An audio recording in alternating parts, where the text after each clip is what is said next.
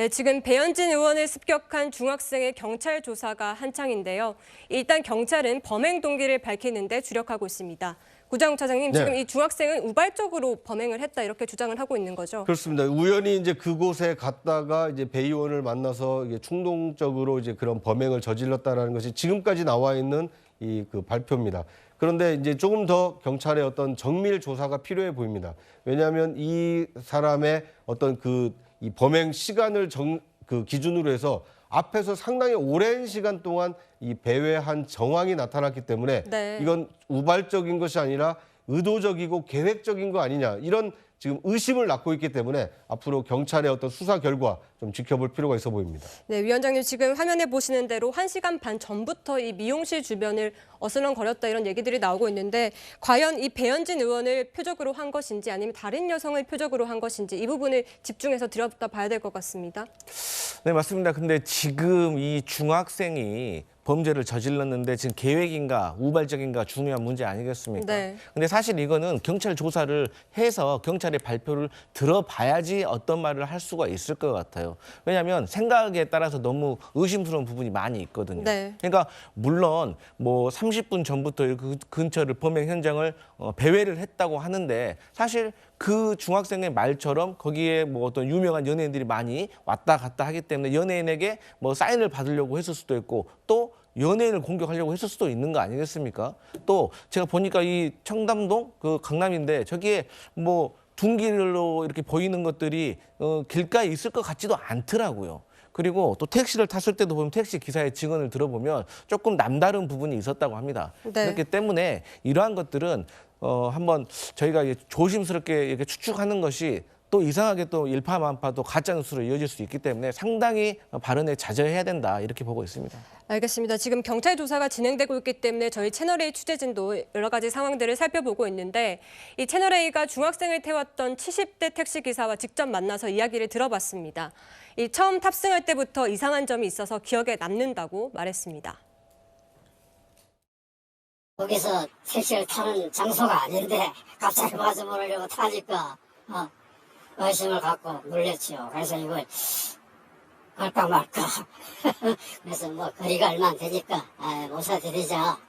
그래서 그냥 그래서 저러면서 안창호 선생님은 참다고 안창호 선생님은 원안에 있겠죠. 그래서 난 뭐 도산공원 안창호 선생 그 묘지를 찾아가는 줄 알았어요. 네, 또 가기 전부터 현금을 내밀었고 정작 도산공원에 도착하니 도착지를 바꿨다고 합니다. 처음에 갈 적에는 현금을 1,000원짜리를 10개를 10,000원을 미리 주더라고요. 받아놓고 나머지 돈을 이제 거기 목적지에서 2,000원 더 받았죠. 저것저것 연예인 만나러 간다고 그 건물 앞에까지 좀 태워다 달라고. 급하게 쫓기는 몸 같기도 하고 그런 느낌을 받았어요. 인상 차이는 뭐 마스크하고 뭐 눈만 해놓고 그렇게 뭐 얼굴을 가린 상태라 그렇게 뭐 볼 수가 없었죠. 네, 일단 연예인을 만나러 간다고 했다 이렇게 얘기를 했다고는 하는데, 지금 도착지를 계속해서 바꾸면서 횡설수설했다고 해요. 이거는 이제 제가 이제 좀 사건을 몇 건 비슷한 사건을 해본 적이 있는데 자꾸 이제 우리가 상식적이고 이성적으로 이게 자꾸 해석하려면 답이 잘 안 나옵니다. 제가 보기에 상당히 계획 범죄 요소도 있고, 그다음에 또 납득이 안 되는 우발적 요소도 있어요. 따라서 이제 다양한 가능성을 열어놓고 수사를 하는데, 뭐 제가 이제 경찰께 경찰 잘 하겠지만 어떻냐면 이게 SNS나 기존에 검색어 있잖아요. 이런 게 저는 상당히 중요하다 봅니다. 예를 들어 이제 핸드폰이나 뭐 컴퓨터나 SNS를 이렇게 어떤 글을 올리고 어떤 글을 검색했느냐. 예를 들어 이제 배현진 의원에 대해서 검색어가 있는가, 일정이나 이런 이제 부분을 몇 달 전까지 최대한 포렌식이 가능한 시점까지 철저하게 조사해 보면 좀 이게 동기가 나올 수는 있는데, 뭐 지금으로서는 이게 진짜 섣부른 결론을 내릴 때가 아니고요. 아마 이게 동선이 이렇게 이상하게 옮기는 것도 저로서는 이게 도저히 뭐 합리적으로 설명하기 어려운 이런 부분입니다.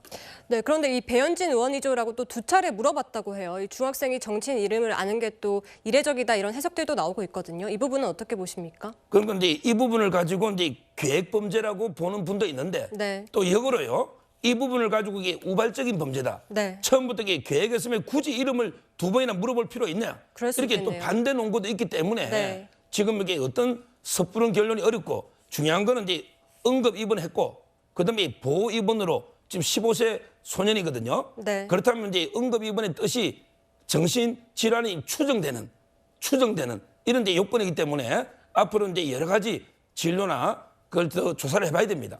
네, 과연 이 사건이 정치 테러일까 이 부분이 중요한데 지금 이 현재 중학생은 병원에 입원해 있습니다. 이 촉법 소년도 아닌 것으로 알려졌는데 지금 과거 특정 정당 집회에 참석한 이 영상을 공유한 사실이 있다고 밝혀지고 있습니다. 고정 처장님. 그렇습니다. 이 그 A군에 대한 이제 행적, 과거 행적들이 좀 나타나고 있는데 이제 왜 그랬을까에 대한 의문을 풀기 위한 몇 가지 정황들이 지금 나온 것 중에 하나가 있습니다.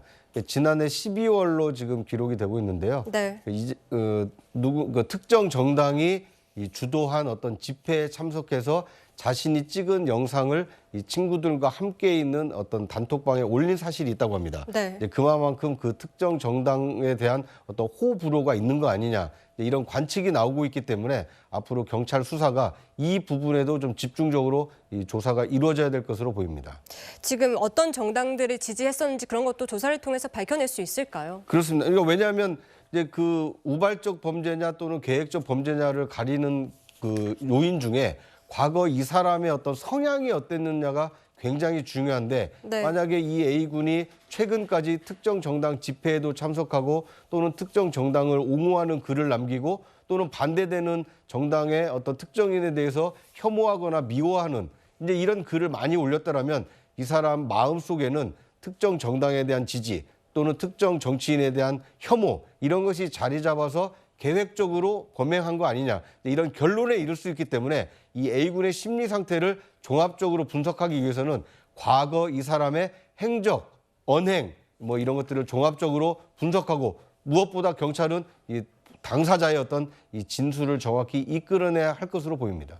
네, 장현지 변호사님 지금 이 테러냐 아니냐를 떠나서 지금 굉장히 중한 범죄를 저질렀기 때문에 처벌 수위가 꽤 높을 것으로 보이거든요. 어떻게 예측하십니까? 그렇죠. 일단 촉법소년은 아닌 것으로 알려졌습니다. 본인은 이제 당시에 체포되면서 본인 촉법소년이다 이런 말을 했다라고는 하지만 사실상 그 나이가 넘었기 때문에 촉법소년은 아니고 그리고 당연히 형사처벌 대상자가 됩니다. 그런데 이제 일각에서 바라보는 시선은 이제 미성년자이기 때문에 소년법이 적용이 돼서 이제 법원에 이제 소년부로 이송되는 것이 아니겠느냐 뭐 이런 분석들도 나오는데요. 사실 이 범죄 같은 경우에는 굉장히 중대한 혐의이고 또 이제 정치인을 향한 또 테러였다라는 점에서 본다면 사회적인 충격도 굉장히 크기 때문에 소년부로 바로 이송되는 것이 아니라 검찰에서 정식 수사해서 정식 기소될 가능성도 저는 충분히 열려 있다라고 보입니다. 특히나 이거 죄명을 일단 특수 상해로 봐야 될 것 같은데요. 또 경우에 따라 그리고 수사 과정에 따라 범행 동기도 밝혀지게 될 것이고 그 계획된 범죄인지 여부까지도 객관적인 증거들로 밝혀지게 된다라고 한다면 사건을 굉장히 중한 범죄로 파악이 될 수 있고 그렇다면 소년이라고 하더라도 또 미성년자라고 하더라도 정식으로 형사처벌될 가능성 얼마든지 열려 있다라고 봐야겠습니다. 네. 제가 보기에 이거는 소년법의 보호 처분은 불가능합니다. 네. 보통 이제 저희가 자백만 안 해도 소년 보호 처분 안 하고 정식 재판 넘깁니다. 네. 자백만 안 해도. 네. 근데 이거는 범죄가 아주 중요하기 때문에 저는 정식 기소가 될 거로 보고요. 그다음에 그 제명을 현재는 이제 처음에 입건할 때 특수 폭행이고 지금 이제 그 특수 상해 말씀하셨는데 네. 아마 저는 살인 미수까지도 모든 걸 열어놓고 수사해야 된다 봐요. 그 정도로 18초에 17번 가까이 둔기로 이거는 이제 그 엄청나게 위험한 따라서 저는 모든 가능성 살인 미수를 포함해서 네. 해야 되고요. 물론 이제 소년이기 때문에 형량은 조금 이게 강경은 되고 상한 얼마, 하한 얼마 뭐 예를 들어 이제 단기 3년, 장기 5년 이런 식으로 부정기형으로 선고는 될 거지만 네. 저는 이게 재질만 보면 상당히 그 중형이 예상되는 이런 잘못입니다. 알겠습니다. 이 지금 배현진 의원은 이번 사흘 만에 퇴원을 했고 지금은 안정을 취하는 중으로 알려졌습니다.